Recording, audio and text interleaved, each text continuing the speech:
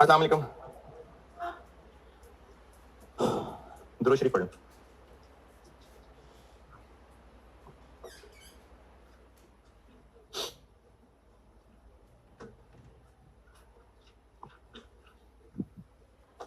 Illustration 4 और 5 करी थी तो आपने की भी होगी क्योंकि लगते तो सब अच्छे बच्चे ही हैं। इलस्ट्रेशन 5 पहले पूछता हूँ। इलस्ट्रेशन 4 तो देखें जो क्लास में किया था तकरीबन वैसा ही था, लेकिन मेन मुझे कंसर्न था कि 5 आपने किया हो। तो 5 में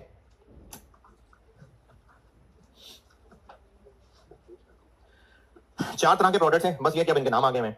चार तरह के प्रोडक्ट्स हैं जिनमें आपको मेनली एनआरवी ही निकालनी है क्योंकि कॉस्ट तो सवाल में दी हुई है, तो मेनली तो एनआरवी।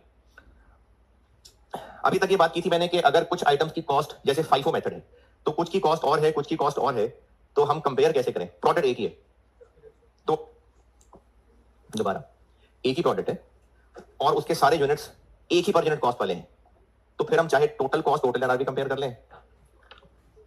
एक प्रोडक्ट के 400 यूनिट्स हैं और इनकी कॉस्ट एफओ की वजह से एक ही है और एनआरवी वो भी एक ही है, तो 400 इंटू 20 400 इंटू 18 करके कंपेयर करें या 20 और 18 भी कंपेयर हो जाएगा।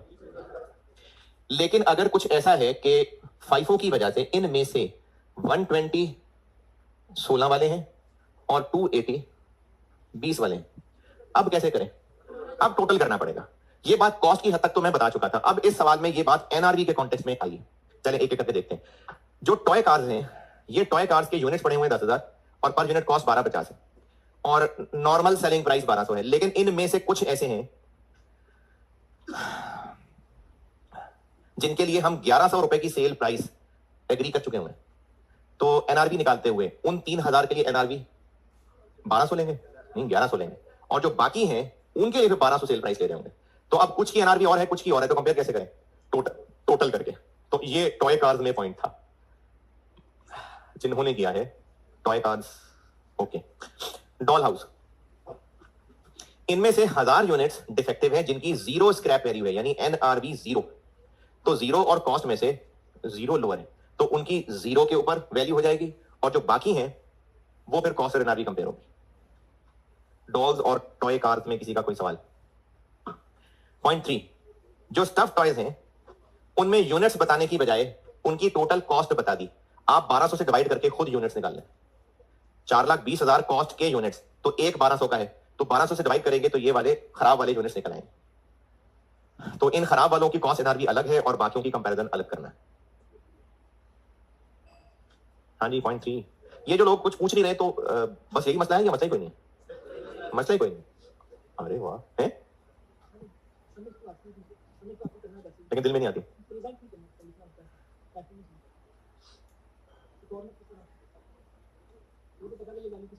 हाँ।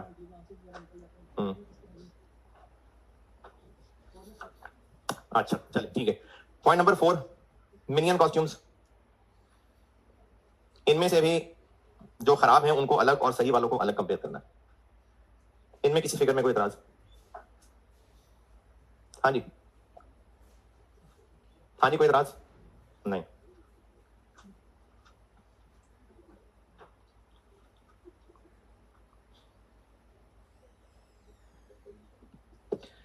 अच्छा, एक सवाल ये है एक स्टूडेंट का, और ये स्टूडेंट एक का नहीं, इनफैक्ट सबका ही सवाल होता है कि कैलकुलेशन तो समझ आ रही है, सवाल पढ़ भी लिया और हमने लिखने की बजाय, क्योंकि हम डर रहे थे कि इसको लिखना कैसे है, तो हमने पीछे सोल्यूशन देखा तो वो हमारे दिल की बात ही लिखी हुई थी। जो पीछे सोल्यूशन था हम असल में वही करना चाह रहे थे, लेकिन सिर्फ अल्फाज नहीं मिल रहे थे और अल्फाज की बजाय हमें ये समझ नहीं आ रहा था कि इसका फॉर्मेट क्या रखना है। ये और नहीं किसी को मसला, ये सबको है, ये मसला सबको है। अच्छा, कोई मजाक उड़ाने वाली बात सीरियसली नहीं है।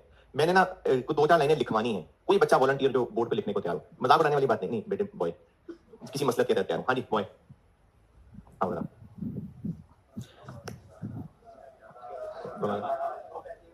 अच्छा, जो बात समझाना चाह रहा हूँ उधर होने ताकि वो खाली जगह यूज हो जाए ना। अच्छा, मैं एक सवाल बोल रहा हूँ, बाकी लोग ना बोलना, ठीक है? मैं एक सवाल बता रहा हूँ, आपने उसका ना सोल्यूशन करना है, ठीक है? अरे टोटल 400 स्टूडेंट्स हैं, ठीक है? उनमें से 40% स्टूडेंट्स, उनमें से कोई एक बियॉन्ड रिपेयर डिफेक्टिव है, बिल्कुल बियॉन्ड रिपेयर, कुछ नहीं हो सकता इसका। बाकियों के बारे में बात कर रहा हूं, ठीक है? तो टोटल 400 स्टूडेंट्स हैं, टोटल 400 स्टूडेंट्स हैं, इनमें से 40% को 2 कॉपीज फोटोकॉपीज देनी है पेजेस, और 60% को 5 कॉपीज देनी है, और एक कॉपी 5 रुपए कॉस्ट करती है। सवाल समझे? इसका जरा सोल्यूशन लिख के दिखाओ बोर्ड पे। टोटल कॉपीज की कॉस्ट निकालनी है।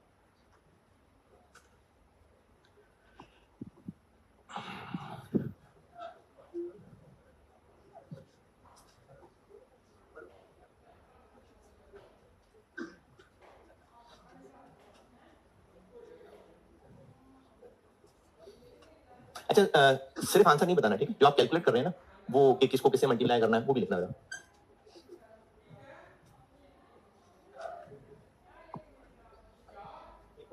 जी 5 रुपए की कॉपी।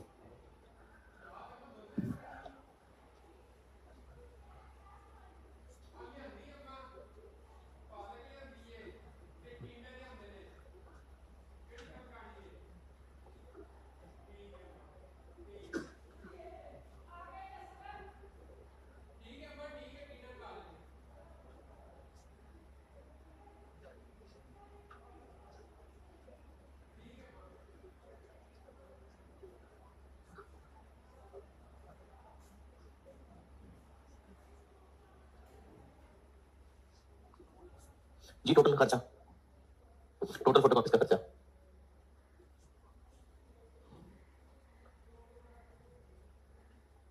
अच्छा, ये 7600 क्या है, क्या चीज निकालिए, लिख दो उसको।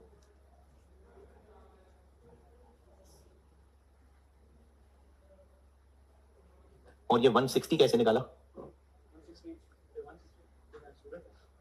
नहीं, 160 निकला कैसे? 40% ऑफ।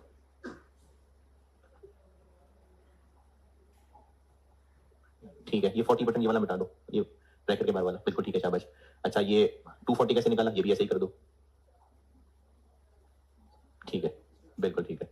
और 2 और 5 सही, बिल्कुल ठीक है। और वो टोटल 76 क्या चीज है? 7600 टोटल क्या? नहीं, 7600 इज व्हाट? रुपीज। टोटल क्या? टोटल कॉपीज की कॉस्ट।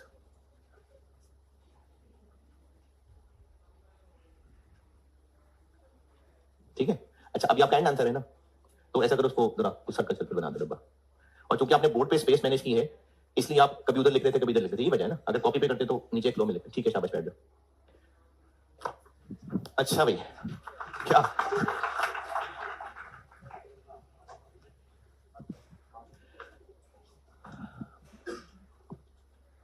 ये 7600 क्या है? हैं? कैसे निकाला 7600?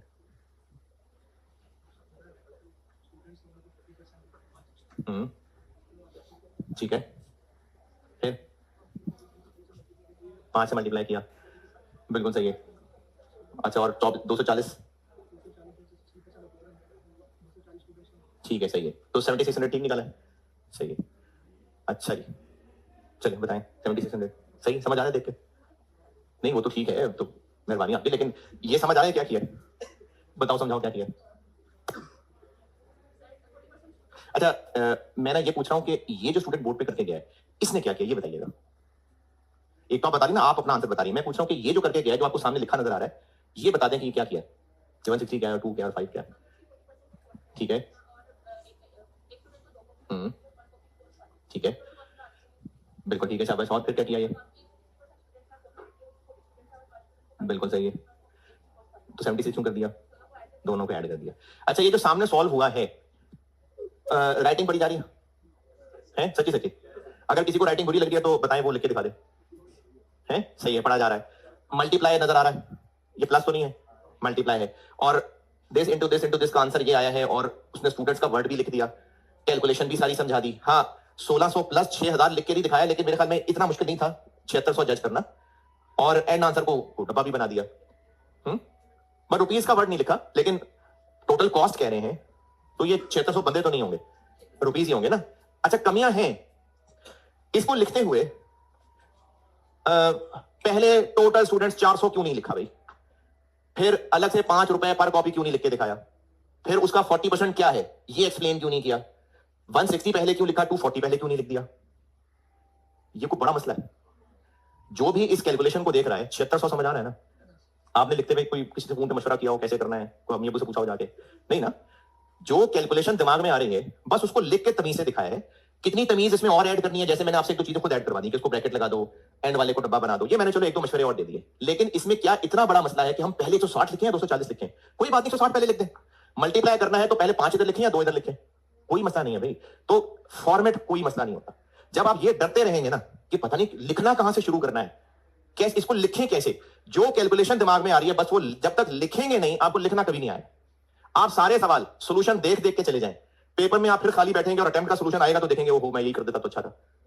तो इसलिए जब तक आप हाथ से नहीं लिखेंगे तब तक आपसे पेपर में नहीं लिखा जाएगा। जब तक आप डरते रहेंगे ना तो आपसे पहली नहीं होनी। तो जो पहली कैलकुलेशन आ रही है समझ, एक बार लिख लें, एक बार लिखना शुरू कर दें, फिर जैसे जैसे समझ आ रहा है कैलकुलेशन करते जाएं। अच्छा, अपने लिखे हुए पे कॉन्फिडेंस कम है, आपको लग रहा है पता नहीं मेरी बात उसको समझ आएगी कि नहीं आएगी एग्जामिनर को, तो आप जो चीज कैलकुलेट कर रहे थे, अब जब आपने कैलकुलेशन कर ली, आप बहुत कंफ्यूज है कि अच्छा मैंने सही बताया कि नहीं बताया, हेडिंग बना दें आपने क्या निकाला। और जो चीजें फाइनली आप चाह रहे हैं कि वो एंड आंसर देखे, उसको डब्बा बना दें, सर्कल कर दें, अंडरलाइन कर दें, उसको प्रोमिनेंट कर दें उस चीज को। ये चीजें ऐड हो सकती हैं और ये चीजें आप एक्सपीरियंस जैसे जैसे क्लास में सवाल करेंगे, होमवर्क करेंगे, ये हो जाएगी बेहतरी। लेकिन जब तक सिर्फ ये डरते रहेंगे कि पता नहीं फॉर्मेट किस फॉर्मेट पे सवाल करें, तो वो तो फिर पेपर में भी नहीं कर पाएंगे। अब इसमें फॉर्मेट कोई मसला नहीं है, सब बिल्कुल ठीक है। और जो इस सवाल में पूछा था पूरे नंबर मिलेंगे, एग्जामिनर इसके नंबर नहीं काटेगा कि रुपीस क्यों नहीं लिखे, पूरे नंबर है इस काम के। अब जिसने 240 पहले लिखा होता, या अगर किसी ने ये भी किया होता ना, ये तो 5-6 लाइनें लिख के चला गया ना, अगर कोई ये भी कर देता, टोटल कॉस्ट 400 40% टू 5 प्लस 400 60% 5 बस पूरे नंबर है।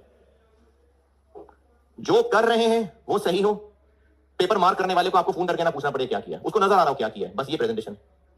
तो इसलिए आप डरते रहेंगे तो फिर सवाल सॉल्व नहीं होंगे। इसीलिए कहा जाता है, मैं फिर कह रहा हूं, बार बार कहूंगा कि जो होमवर्क दूंगा बेटा वो लिख के करना, और सोल्यूशन देख के उसके बाद अच्छा ऐसे लिखना है, अच्छा ठीक है मुझे समझ आ गई, फिर लिखना नहीं। आपको जो सवाल पढ़ के लगा उसके हिसाब से जो बेहतर लगता है वो सॉल्व पूरा करें, उसके बाद सोल्यूशन देखें। और अगर सोल्यूशन देखने के बाद पता लगा सब गलत किया था तो पेज जाया हो जाएगा ना, तो कवर में थोड़ी रजिस्टर लेके जाना है, एक पेज और लगा दे। और अगर आपको सोल्यूशन देख के पता चला कि गलत किया है तो सोल्यूशन देख के बात खत्म नहीं हो जाएगी, आपको गलती पता चली दोबारा सॉल्व करें, लेकिन खुद सॉल्व करें। थोड़ा बहुत सोल्यूशन जहन में याद बैठ गया कोई बात नहीं, फिर भी आप खुद सॉल्व करें। ये जो सीखेंगे ना इससे पेपर में कॉन्फिडेंस आएगा। लेकिन जब तक आप सवाल लिख लेके नहीं करेंगे तो पेपर में बेटा नहीं आता कॉन्फिडेंस। तो फॉर्मेट, और इस सवाल में कुछ पूछना है तो बताइए। अच्छा, अब आते हैं जर्नल एंट्रीज पे। कॉस्ट में जर्नल एंट्रीज थोड़ी थोड़ी सी हैं, यानी कुछ चैप्टर्स के अंदर जर्नल एंट्रीज भी टेस्ट हो सकती हैं।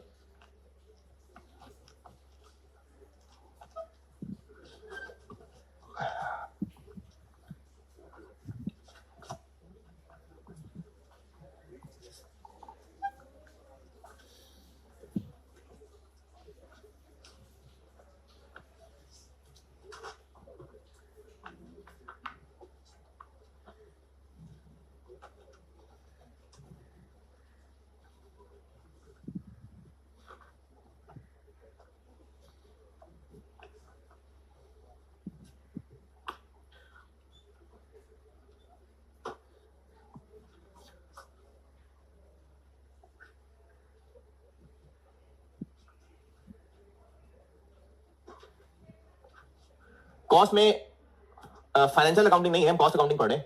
और हाँ, कॉस्ट अकाउंटिंग के हवाले से एक बात और बताऊं, ये जो फाइनेंशियल अकाउंटिंग होती है ना, फाइनेंशियल अकाउंटिंग FAR1 FAR2 या इवन के intro to accounting, intro to accounting नहीं बल्कि FAR1 FAR2, फाइनेंशियल अकाउंटिंग ये होती है बाहर वालों के लिए। यानी फाइनेंशियल अकाउंटिंग की जा रही है ताकि फिर उसके बाद एंट्रीज के बाद लेजर बने, लेजर से ट्रायल बने, ट्रायल से फाइनेंशियल स्टेटमेंट बने। किसके लिए बनानी फाइनेंशियल स्टेटमेंट्स? कौन है ये स्टेक होल्डर्स? ये बाहर के लोग हैं जो बिजनेस के अंदर की एक्टिविटीज रोज नहीं देख रहे। घर बैठे हुए ओनर्स हो सकते हैं, बैंक हो सकते हैं, गवर्नमेंट डिपार्टमेंट हो सकते हैं, कस्टमर, सप्लायर्स, पोटेंशियल इन्वेस्टर, ये सब हो सकते हैं। ये बिजनेस में रोज नहीं है इन्वॉल्व, इनको सारी बातें नहीं पता। इनको सिर्फ जितनी जरूरी बात बताने वाली है वो फाइनेंशियल स्टेटमेंट्स में बताई जाती है। और ये कौन फैसला करेगा कि क्या क्या बताने वाली बात जरूरी है? इसके लिए बनाए हुए हैं IAS, IFRS, स्लो बोला इसलिए आपको नहीं पता लगा, IAS और IFRS कह रहा हूं। तो ये जो अकाउंटिंग स्टैंडर्ड्स हैं, अकाउंटिंग स्टैंडर्ड्स, इन्होंने बताना है कि दुनिया वालों को क्या क्या इंफॉर्मेशन देनी है। ये फाइनेंशियल अकाउंटिंग। लेकिन जो बिजनेस चलाने वाले लोग हैं, मैनेजमेंट, उनको सारा कुछ जबानी याद है, सब उनकी उंगलियों पे, टिप्स पे सारा कुछ, उनको भी तो कुछ ना कुछ रिकॉर्ड रख के इंफॉर्मेशन देनी है ना। तो उन लोगों के लिए जो रिकॉर्ड रखना है वो कॉस्ट एंड मैनेजमेंट अकाउंटिंग, ये इंटरनल पर्पसेस के लिए है। हाँ, कुछ चीजें कॉमन है, तो वो कॉस्ट एंड मैनेजमेंट अकाउंटिंग में इंटरनल पर्पस के लिए जो रिकॉर्ड रखा जा रहा होगा वो ही फाइनेंशियल अकाउंटिंग में भी यूज हो जाएगा। कुछ चीजें ऐसी हैं, वरना फाइनेंशियल अकाउंटिंग का स्कोप और है और कॉस्ट एंड मैनेजमेंट अकाउंटिंग का स्कोप और है। फाइनेंशियल अकाउंटिंग बाहर वाले यूजर्स के लिए है और कॉस्ट एंड मैनेजमेंट अकाउंटिंग जो इंटरनल मैनेजमेंट है उसके यूज के लिए है। देखें शायद जिंदगी में काम आ जाए, ये बात लिखी लेते। फाइनेंशियल अकाउंटिंग का मकसद वो रिपोर्ट्स बनाना है जो एक्सटर्नल यूजर्स के काम आएगी। फाइनेंशियल अकाउंटिंग का मकसद वो रिपोर्टिंग है जो एक्सटर्नल यूजर्स के काम आनी है, और कॉस्ट एंड मैनेजमेंट अकाउंटिंग का मकसद वो रिपोर्टिंग है जो इंटरनल मैनेजमेंट के काम आनी है।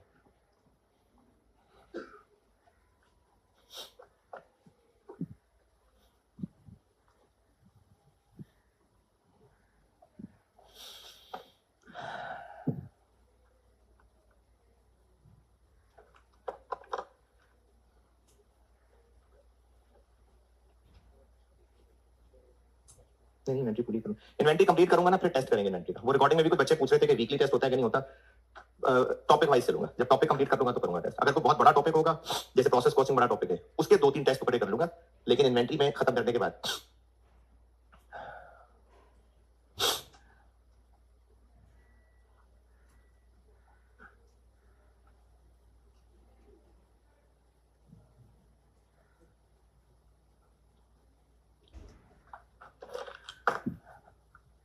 ये जो इन्वेंट्री रिलेटेड ट्रांजैक्शंस की अकाउंटिंग है, ये दोनों में काम आएगी, फाइनेंशियल अकाउंटिंग के लिए भी है और कॉस्ट एंड मैनेजमेंट के लिए भी।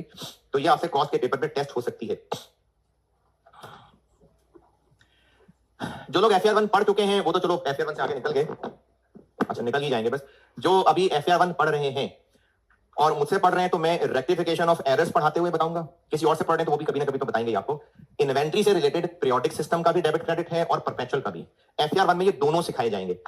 कॉस्ट में बस परपेचुअल ही है, तो इसलिए कॉस्ट की डिस्कशन बस परपेचुअल ही से होने लगी, पीरियोडिक से नहीं।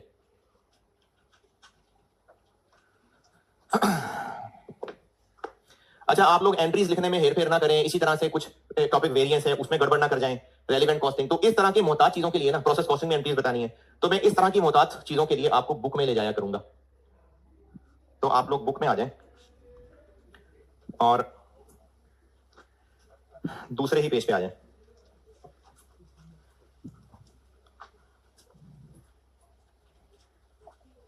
ये कोई 2-3 पेजेस पे फैला के मैंने एंट्रीज की है।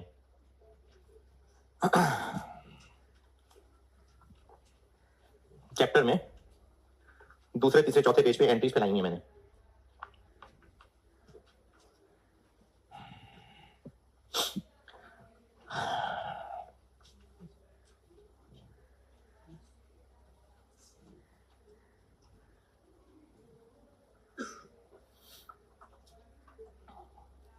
जी पहुंचे तो मैं बोलूं कुछ। परपेचुअल सिस्टम में ना इन्वेंट्री एक एसेट समझा जाता है, और चूंकि साथ साथ ट्रांजैक्शंस अपडेट रखनी है, तो खरीद के लाएंगे तो वो एसेट है, इस्तेमाल करेंगे तो एसेट कम हो जाएगा। खरीद के लाएंगे तो एसेट है, इस्तेमाल कर लेंगे तो एसेट कम हो जाएगा। तो इसके लिए इन्वेंट्री एसेट का अकाउंट इस्तेमाल होता है। और पहले कर लेते हैं पेज 3 पे, मैन्युफैक्चरिंग बिजनेस रॉ मटेरियल। पहले ये देखते हैं, तीसरे पेज पे देखिएगा, बल्कि ये मैं सामने स्क्रीन पे खोल देता हूं ताकि मैं जिस एंट्री की बात कर रहा हूं वो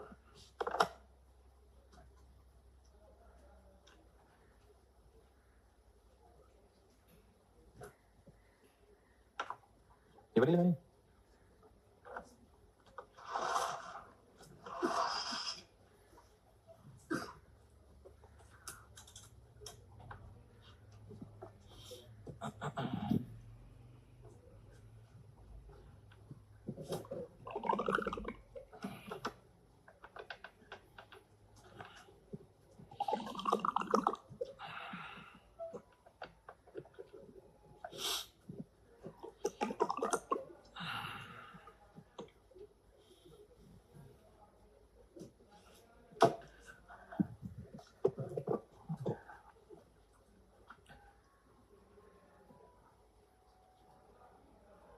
अच्छा, मैंने ना ये बस कुछ 5-6 नॉर्मल एंट्रीज लिखी हुई हैं, और आपको एक बार बात समझा दूं तो फिर उसकी जबानी भी कुछ और मिसालें पूछ सकता हूं।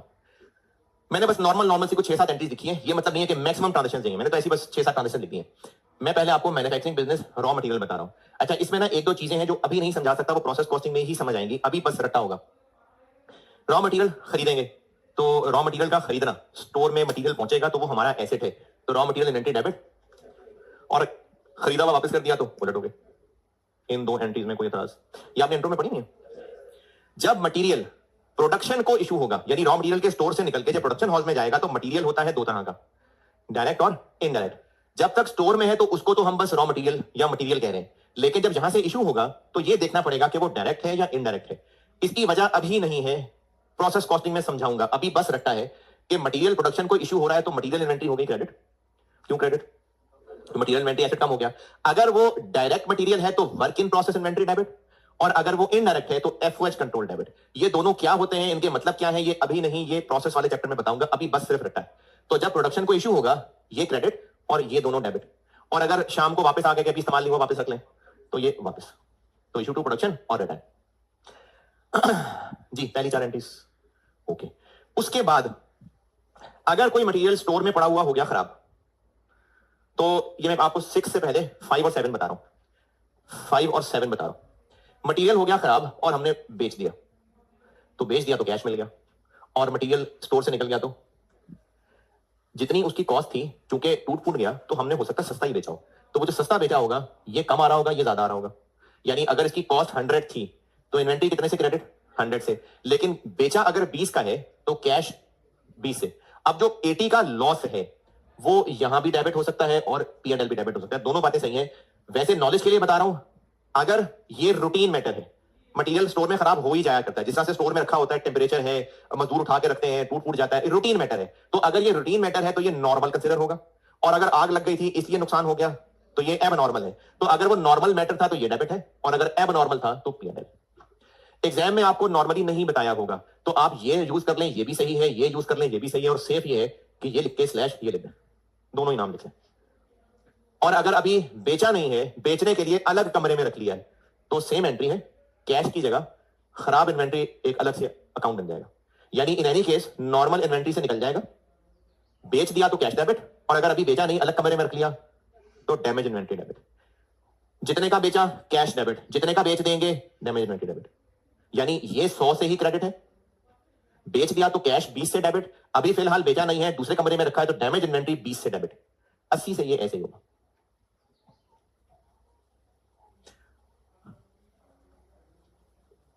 और ये जो 6 और 7 है ये इसमें और इसमें से कोई एक चीज फॉलो होती है, तो आप बुक में 6 और 7 लिख लें, और आपके लिए बाय डिफॉल्ट ये है 6।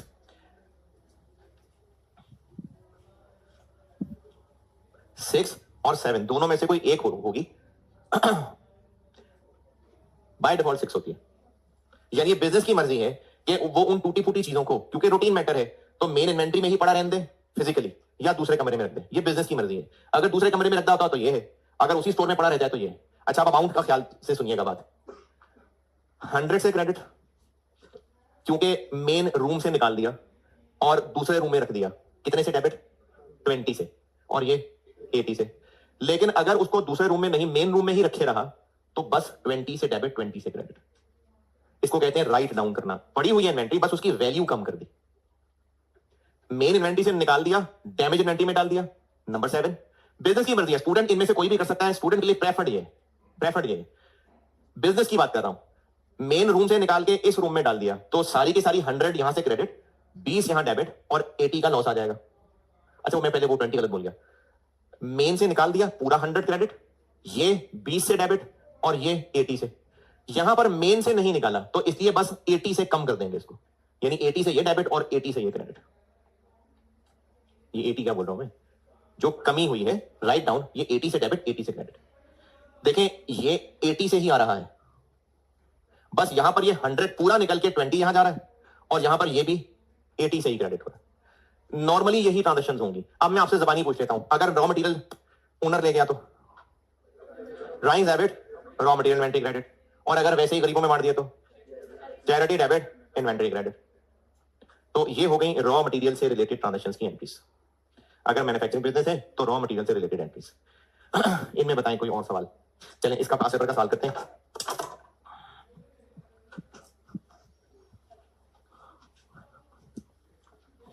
ऑटम 10 अटेम्प्ट का एक सवाल होगा, ऑटम 2010।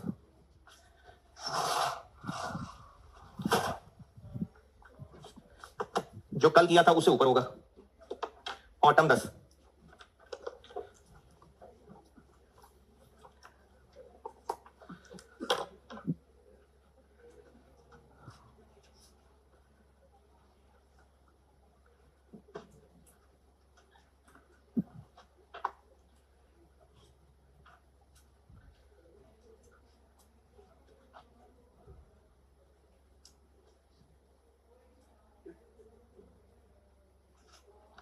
पढ़ लीजिए, मैं करता हूं, पढ़ना जरूर यार, सवाल पढ़ा करें।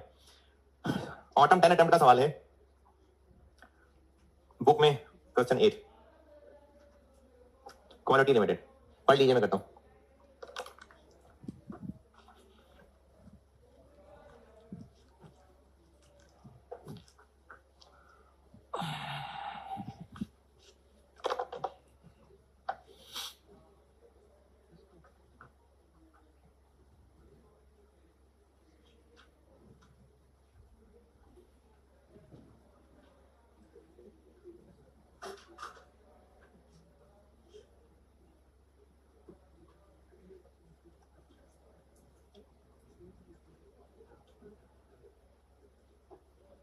सवाल कहाँ है भाई, पढ़ लो।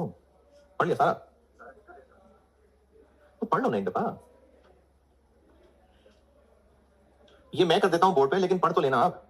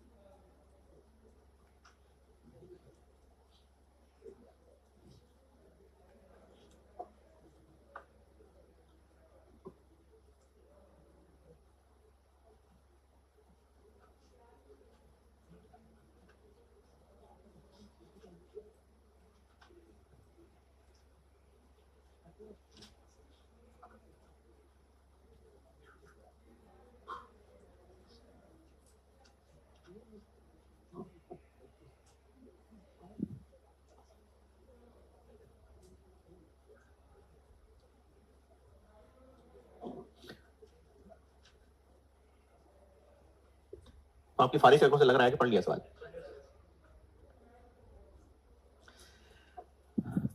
कैसे पता मैन्युफैक्चरिंग बिजनेस का सवाल है, रॉ मटेरियल का है, फिनिश गुड्स का है। लिखा हुआ है is a manufacturer of washing machines, और जो फॉलोइंग इंफॉर्मेशन है वो एक रॉ मटेरियल SRM के बारे में है for the month of June. Weighted average method है और परपेचुअल मेथड है यूज अकाउंटिंग करने का, और ये परपेचुअल ही होना था क्योंकि एंट्रीज मांगी है तो वो परपेचुअल ही होना था। जून के महीने का डेटा है और रिक्वायर्ड है necessary journal entries to record the above transactions.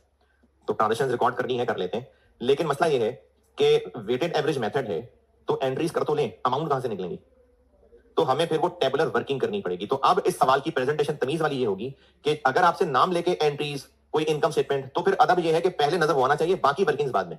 और जितनी ट्रांजेक्शंस हैं मेरे ख्याल में 1-1.5 पेज पे ये नोट हो जानी है, 1.5-2 लग जाएंगे मैक्सिमम, तो 2 पेजेस छोड़ के वर्किंग करते हैं पहले, वर्किंग। और वेटेड एवरेज मेथड है, परपेचुअल है, तो वो टेबल बनाना पड़ेगा। अच्छा, वेटेड एवरेज के लिए मैंने आपको 2 सवाल तो बोर्ड पे करके दिए थे। एक पहले रिटर्न्स के बगैर वाला किया था, पहली दफा जब किया था, फिर रिटर्न्स वाला भी किया था। तो वो 11 कॉलम वाला टेबल तो है ही है।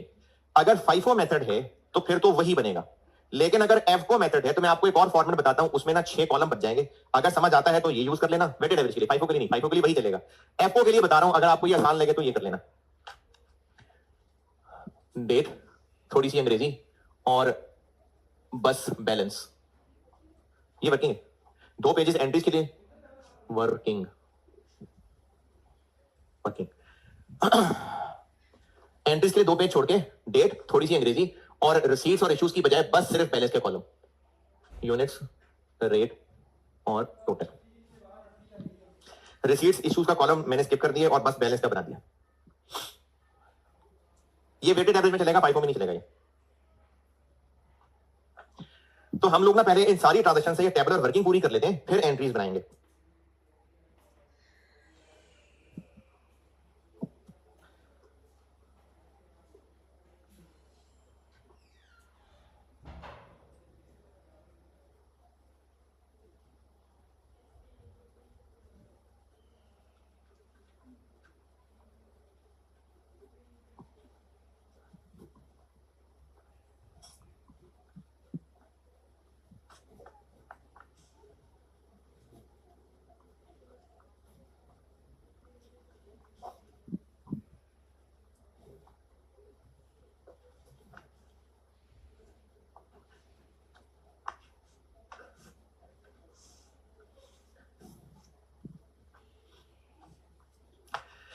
जी सबसे पहले 1 जून को ओपनिंग बैलेंस है कितने, 1 लाख यूनिट्स हैं, 80 वाले 8 मिलियन। उसके बाद क्या हुआ, 5 जून को 150,000 यूनिट्स हो गए परचेज। 5 जून को हो गई परचेज कितने, 150, कितने वाले, 85 वाले, कितने के, 12750। अच्छा अब ना ये जो 6 कॉलम बताए हैं ना मैंने, करना बस ये होगा कि हर ट्रांजैक्शन के बाद इसको अपडेट कर लेंगे। 250 और 165 है ना, 165 है ना, यस 165 कर लो इसको। 20 20 750 000। तो नया रेट कितना हो गया, 83 पूरा। तो हर ट्रांजैक्शन के बाद हमने बैलेंस अपडेट करना। इसके बाद क्या हुआ, 6 जून को स्टोर से इशू हो गए, तो कितने वाले इशू हो गए, यही है 83 वाले। तो 6 जून को इशू हो गए कितने, 150, यही 83 वाले। अच्छा अब यहां से इशू हो गए तो ब्रैकेट लग गया, कितना बना, 12450 फिर से बैलेंस अपडेट कर दीजिए। 1 लाख रह गए, 83 वाले 000। फिर क्या हुआ, फिर 12 जून को जो इशू किए थे उनमें से 5000 स्टोर में वापस आ गए। 5000 defective units were return from the production to the store, ये वापस आ गए किस तारीख को, 12, इशू रिटर्न हो गए। अच्छा अब ये जो रिटर्न हुए स्टोर में वापस आ गए कितने, 5000, तो ऐड हो गए।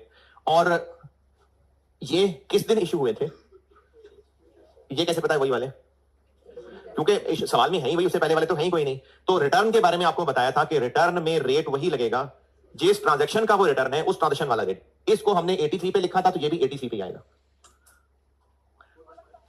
415000। और बैलेंस हो गया फिर से अपडेट, 105 83 वाले 8715 000।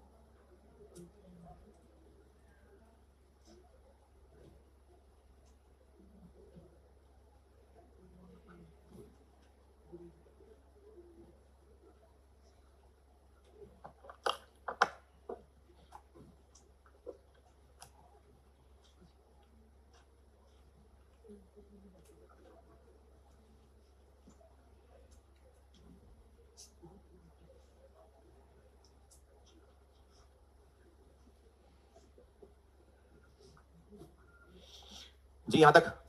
अच्छा, अब इसमें हम आगे चलें तो पॉइंट नंबर 5 में परचेज है और 6 थोड़ी सी टेक्निकल कहानी है। 5 कर लेते हैं पहले। किस तारीख को? 15 को हो गई परचेज। कितनी? 150। कितने वाले? 88.1 1321500 और फिर कर देंगे इसको बैलेंस, तो ये बन जाएगा 255 और ये हो जाएगा 21930 और रेट बन गया 86। बस यहां तक पहुंचे। फिर ये 6 और 7 अच्छी बात, ये जरा थोड़ी समझाता हूं। यहां तक पहुंचे सारे जल्दी।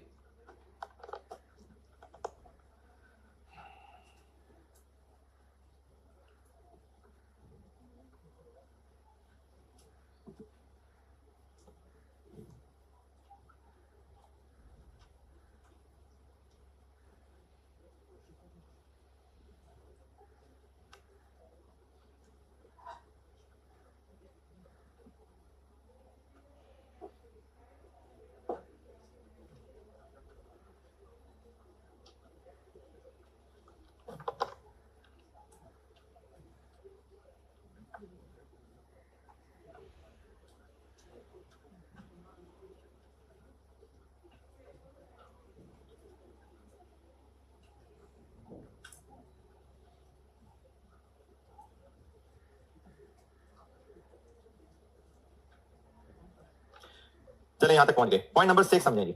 On 17 June 50% of the defective units. कौन से डिफेक्टिव यूनिट्स? वो जो 5000 आए थे हरे वाले, इनमें से आधे हमने 20 रुपए के कबाड़ में बेच दिए, क्योंकि अब ये बेकार थे हमारे लिए, तो स्क्रैप में बेच दिए। एंट्री में 20 रुपए का जरूर इस्तेमाल करेंगे। यहां पर हम कौन सी फिगर्स लिख रहे होते हैं? जो उनकी कॉस्ट थी। जितने का बेचते हैं वो कार्ड में नहीं आता, कार्ड में कॉस्ट आती है। तो यहां पर हमने सिर्फ उनको यहां से निकालना है। 20 रुपए का यहां कोई काम नहीं, वो एंट्री में आएगा। तो उन 5 में से आधे किस तारीख को? 17 को। इन 5 में से आधे हमने सेल कर दिए एज स्क्रैप। स्टोर से गए कितने? 25। रेट क्या लिखूं? 83 लिखूं कि 86 लिखूं? जी क्यों 83 क्यों?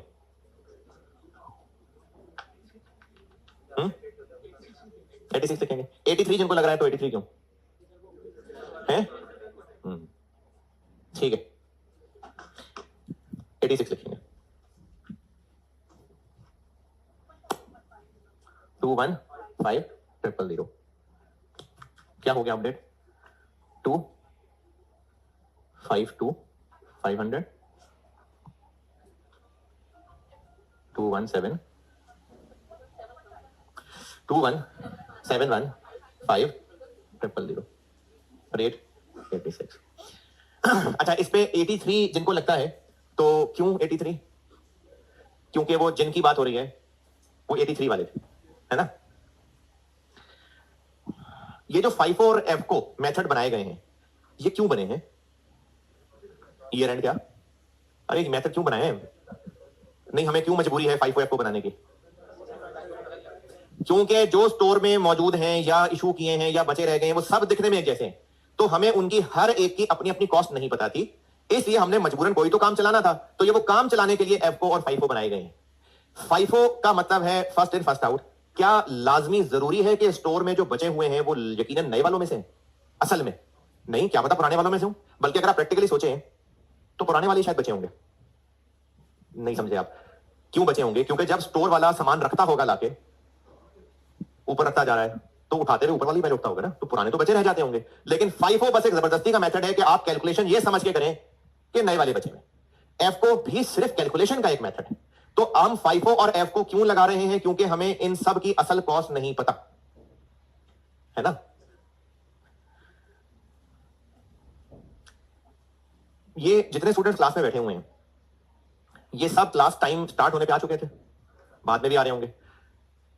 अगर जो अटेंडेंस मार्क करता है उसको कुछ लोगों की शक्ल से याद भी हो, अगर कि हाँ ये लड़का मुझे याद है कितने बजे आया था, 2-4 अगर उसको याद है भी, तो क्या हमारे पास पूरा डाटा है कि हम हर एक स्टूडेंट के आने का टाइम बता सके? तो वो जो 2-4 याद है उसको भाई वो रहने दो, फिर या तो सब बताओ या फिर जो याद है वो भी रहने दो।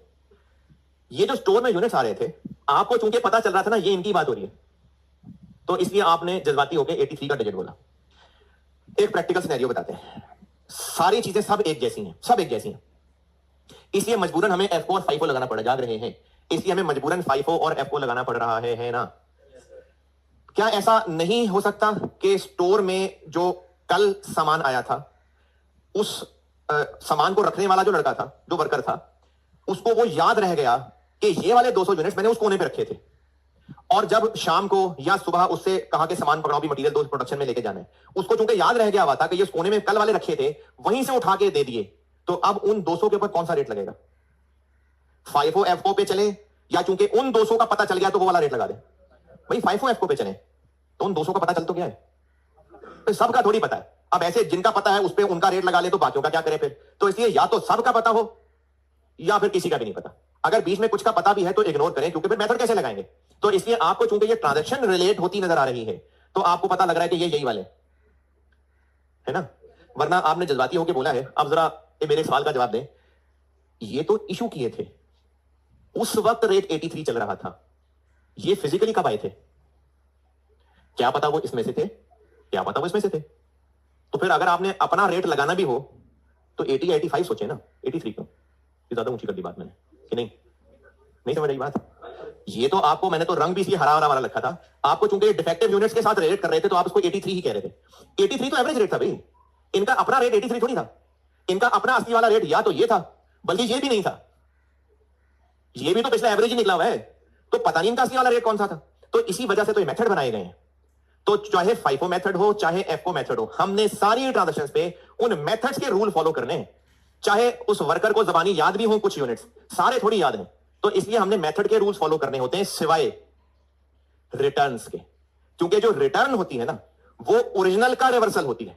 तो मैंने ये बात आपको सिर्फ रिटर्न के लिए बताई थी कि रिटर्न चूंकि पहले हो चुकी ट्रांजैक्शन का रिवर्सल है, तो जो ओरिजिनल लिखते हुए रेट लगा था रिटर्न पे भी वही लगेगा, सिर्फ रिटर्न पे ये बात है।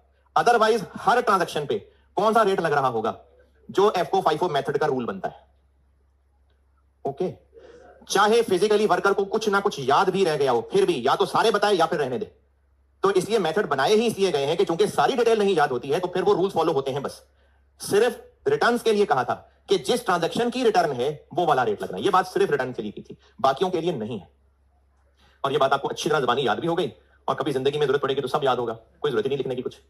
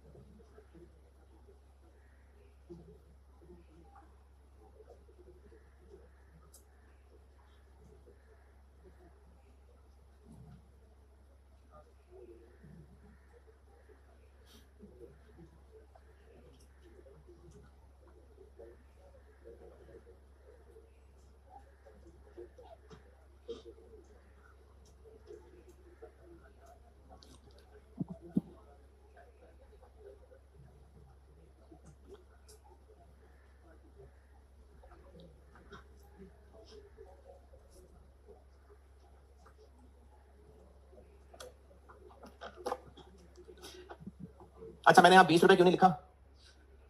क्योंकि हमने सेल की अमाउंट नहीं लिखनी, कॉस्ट लिखनी है सारी। पॉइंट नंबर 6 तक। पॉइंट नंबर 7, जून 18 को जो रिमेनिंग डिफेक्टिव यूनिट थे, रिमेनिंग वही बाकी 2500, वो सप्लायर को हमने वापस कर दिए। तो ये क्या हो गई? Purchase return.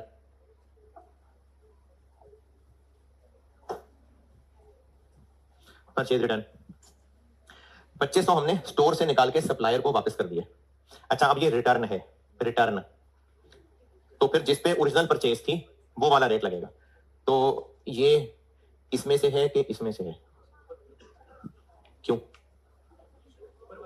अच्छा अच्छा ठहरे, असल में स्टूडेंट को नहीं, असल में जब परचेज रिटर्न कर रहे होंगे तो जिस सप्लायर से लिए थे उसका बिल होगा, वो बिल दिखा के रिटर्न करेंगे, तो रेट नहीं पता होगा कि ये कितने के खरीदे थे। पता होगा ना, या हम सप्लायर से कहेंगे कि जितने का खरीदा था वो तो हमें याद नहीं है, लेकिन हमारी बुक्स में एवरेज रेट ये आ रहा है, उतने पैसे हमें वापस कर दो, वो तो कहेगा असल इनवॉइस दिखाओ।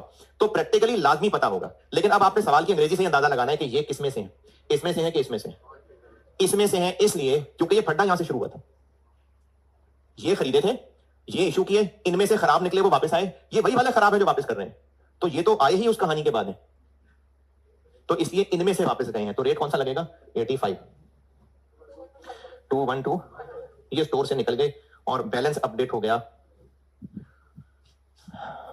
जी, बैलेंस अपडेट हो गया 250,000 और 217 में से 21,715 में से 2150 2500 और रेट अपडेट हो गया 86.01।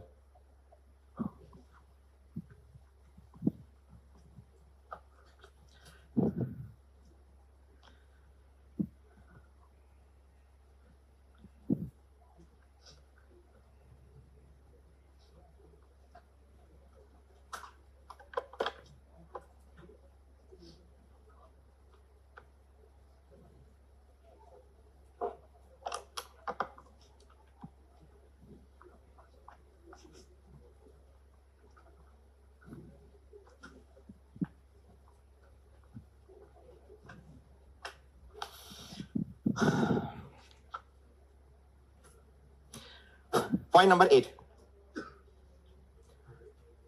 19 जून को प्रोडक्शन वालों को हमने फिर से 5,000 यूनिट इशू कर दिए। 19 जून को इशू हो गए 5,000, किस रेट पे? अच्छा, इससे क्या फर्क पड़ रहा है कि वो उन्हीं के जवाब में? कोई फर्क नहीं पड़ा, हम लोग रूल लगा रहे हैं बस, ये कोई रिटर्न थोड़ी है। सिर्फ रिटर्न के लिए देखना था कि जो ओरिजिनल ट्रांजैक्शन का रेट था रिटर्न पे वही लगना था, ये सिर्फ और सिर्फ इसके लिए देखने वाली बात थी, बस रिटर्न के लिए। तो ये क्या बना, 430050। तो स्टोर से ये इशू होने के बाद बाकी बच गए 245 86 वाले ही 21072 फिर क्या हुआ, पॉइंट नंबर 8 तक, पॉइंट 8 तक ओके।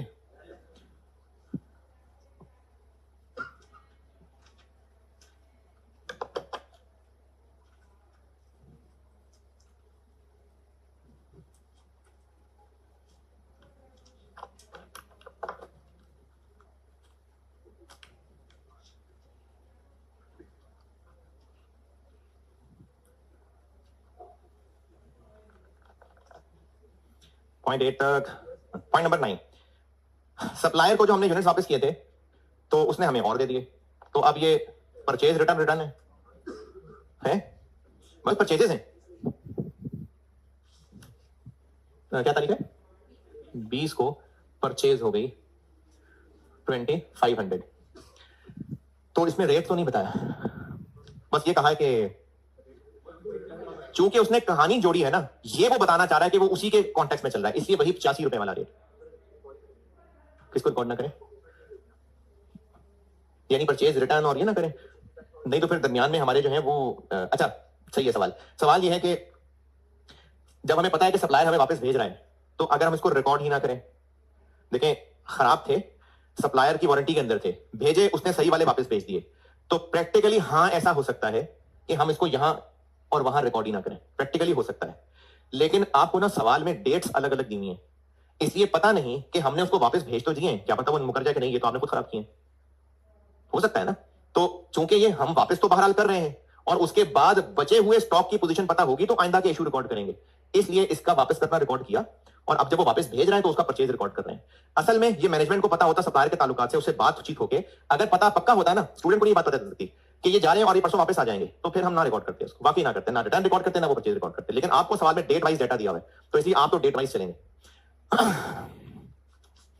अच्छा, अगर इस साल में नहीं है, वैसे कह रहा हूं, अगर लिखा होता कि सप्लायर ने कहा जी सॉरी वो आपको मसला हुआ, लेकिन ना अब असल में महंगाई बड़ी हो गई है तो हम आपको वापस दे तो रहे हैं, पिछले 85 वापस दे दें, 85 रुपए वापस कर देते हैं आपको, लेकिन महंगा बड़ा हो गया तो हम आपको 90 रुपए का देंगे, तो फिर हम 90 रुपए लिखते। ये ऐसा कुछ लिखा नहीं है, इसलिए हम इनको भी 85 का ही समझ रहे हैं, 212। और अब स्टोर में ये आने के बाद बैलेंस पहुंच गया 247,500, 284950 और रेट बन गया 86 बस। फिर क्या हुआ, फिर हमने पॉइंट नंबर 10 150,000 इशू कर दिए, 21 तारीख को इशू कर दिए 150,000, यही 86 वाले 1290000, तो बैलेंस रह गया 97500, यही वाले 8384950।